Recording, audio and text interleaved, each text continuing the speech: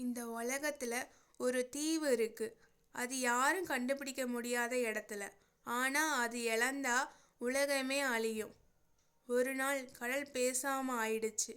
அலைகள் அடிக்கல, பறவைகள் பறக்கல, மீன்கள் கூட அசையல. அப்பதான் ஒரு பழைய கதை திரும்ப ஆரம்பிச்சது. கடலும் நிலமும் சண்டை போட்டப்ப உருவான ஒரு முத்து. அந்த முத்து நீராளின்னு ஒரு தீவுல விழுந்துச்சு. அந்த தீவு உயிரோட துடிக்க ஆரம்பிச்சிச்சு. இப்போ உங்ககிட்ட ஒரு கேள்வி. ஒரு உலகத்தை காப்பாத்த நீங்க உங்க குரல்ல இழப்பீங்களா? இது ஒரு கடல் கன்னியின் கதை இல்லை. இது ஒரு மௌன தியாகத்தின் கதை. இந்த கதையை தெரிஞ்சுக்க ஃபுல் ஸ்டோரியை பாருங்க. Welcome to magical mirror talks. ஒரு காலத்துல இந்த உலகத்துல கடலும் நிலமும் தனியா இல்லை.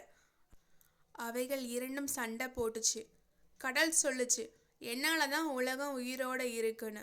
அதுக்கு நிலம் சொல்லுச்சு, என்னால தான் உயிர்கள் வாழுதுன்னு. அந்த சண்டையிலேருந்து ஒரு சக்தி உருவாச்சு, லைஃப் பியல். அந்த முத்து ஒரு இடத்துல விழுந்துச்சு. அந்த முத்து நீராளின்னு ஒரு தீவுல விழுந்துச்சு. அந்த தீவு உயிரோட துடிக்க ஆரம்பிச்சிச்சு. இந்த கதையோட ஹீரோயின் மீரா. அவ சாதாரண கடல் கன்னி இல்லை. அவ பிறந்தப்ப கடல் 7 முறை சிரிச்சிச்சு. திமிங்கலங்கள் தலை வணங்குச்சு. மீன்கள் வட்டமா ஆடுனாங்க. ஏன்னா மீராவோட குரல் கடலோட இதயம்னு. அவ பாடுனா புயல் கூட அமைதியா தூங்கும்னு. அவளோட வாழ்க்கையே ஒரே வேலை தான், அந்த நீராளி தீவை காப்பாத்துறது தான். தீவுக்குள்ள ஒரு ரகசியம் இருக்கு. அப்படி அந்த என்ன ரகசியம் இருக்குன்னு பார்ப்போம் வாங்க. அந்த தீவுல சாதாரண மண்ணெல்லாம் இல்லை. ஒவ்வொரு மரமும் ஒரு நினைவால வளர்ந்தது. ஒவ்வொரு பாறையும் ஒரு வாக்குறுதியால நிறைஞ்சது. லைஃப் வீலுக்குள்ள 3 சட்டங்கள் இருந்துச்சு.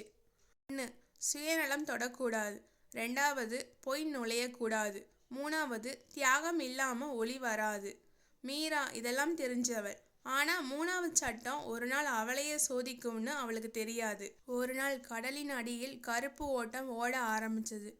Dark current. அது என்ன? மனிதர்களின் பேராசை, கோபம், அழிவு இதெல்லாம் சேர்ந்து உருவான சக்தி. அது லைஃப் வீலை மங்க செய்ய ஆரம்பித்தது. மீன்கள் காணாம போனது. மரங்கள் அழ ஆரம்பிச்சிச்சு. மீரா முதல் தடவை பயந்தா.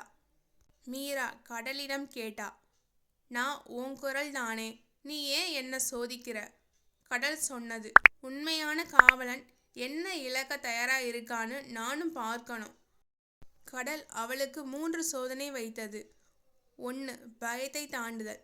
2வது, தனிமையை ஏற்றுக்கொள்ளுதல். 3வது, மௌனத்தை ஏற்றுக்கொள்ளுதல். 3வது சோதனையிலேயே அவ உடைந்தாள். மீரா இந்த பிரச்சனைக்கு என்ன முடிவெடுக்கணும்னு தெரியாம கடற்கரையில் நின்றுக்கிட்டு இருந்தா. தீவுல குழந்தைங்க விளையாண்டுக்கிட்டு இருந்தாங்க. இந்த தீவு இல்லாம போனா இவங்கெல்லாம் என்ன ஆகும்னு சொல்லி அவ கடலை பார்த்து சொன்னான். என் குரல் ஒரு உலகத்துக்கே உயிர் தந்தா அதே போதும்னு லைஃப் வீல ஒளி எடுத்தது.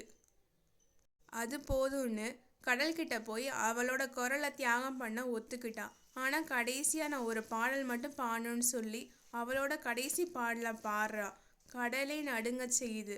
அந்த நொடி அவளோட குரல் போயிருச்சு. கடல் கண்ணி இல்லை, ஆனா அந்த தீவு உயிர் பெற்றது. மீராவால இப்ப பேச முடியலன்னு ஃபீல் பண்ணிட்டு கடற்கரையில உட்கார்ந்துகிட்டு இருக்கா. அப்ப கடல் பேசுது அவளுக்காக. அலைகள் அவளை சுற்றி பாதுகாப்பா நிக்குது. நீராளி தீவு இப்ப உயிரோட இருக்கு. சில மனிதர்கள் குரலை இழக்கிறாங்க, ஆனா வரலாற பேச வைக்கிறாங்க.